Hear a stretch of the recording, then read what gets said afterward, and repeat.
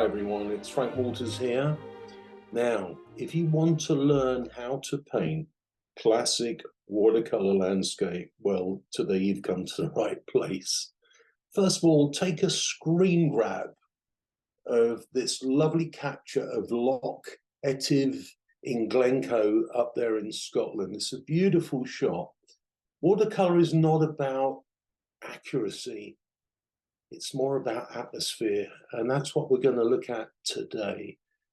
I'm going to run through a 4-minute time lapse.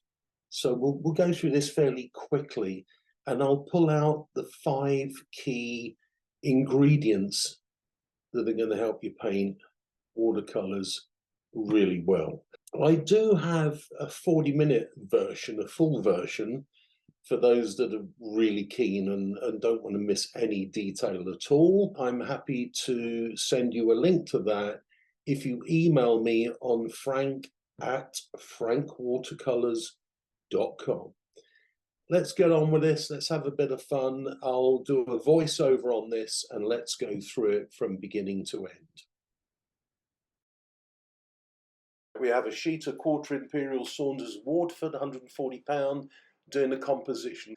A good composition is like really important. Remember the rule of thirds and just tick in very quickly the shapes, not the detail. Now we start our first wash. This is very important, keeping things nice and light. Having said that, I'm going to chuck in some real dark grey into those moody clouds, that really dark sky that's going on there. This is all wet in wet at the moment, so keeping it all very loose, keeping it nice and easy, just dropping in bits of cool colours, keeping it nice and cool up in the sky. That's really important. Now we start to get a little bit of warmth going on. We're adding in some raw sienna with a little bit of green up on the hill there. And we're ticking in, as I say, the first wash. We just got to cover the paper with a wash, and we got to make sure that when the wash is done, we can let it dry. That's the most important thing. It's now dry, and we go on to the next phase of our painting, which is really called the midtones. And this is where we start to use glaze. We're now painting wet on dry. It's no longer wet on wet, and it has to be bone dry. You can see that wonderful strong silhouette of the mountain there. And I'm also varying the colours as well. I'm using cool greys and warm greys. In essence, I'm mixing 2 colours, and I'm drawing with the brush. Don't do a very involved pencil drawing. You're then just going to colour in a pencil drawing. You actually want to make the calligraphy work, and that is painting with a really good pointed sable brush. And when you've got that, that's where you can really define shapes. And it's so important. A little bit of wet in wet here with the reflection on the water.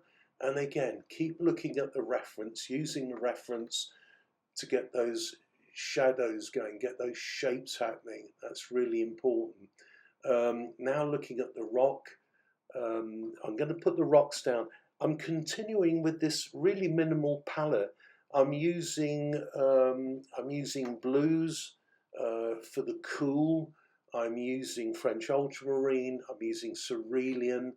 And what I'm doing, I'm starting to mix those with sepia. Sepia is a wonderful warm brown. So I'm mixing cool with brown, and I'm ending up with getting these wonderful greys. Lovely neutral greys. So there's a lot of neutral grey going on on this. Now what I'm doing is I'm retaining light and I'm continuing to glaze.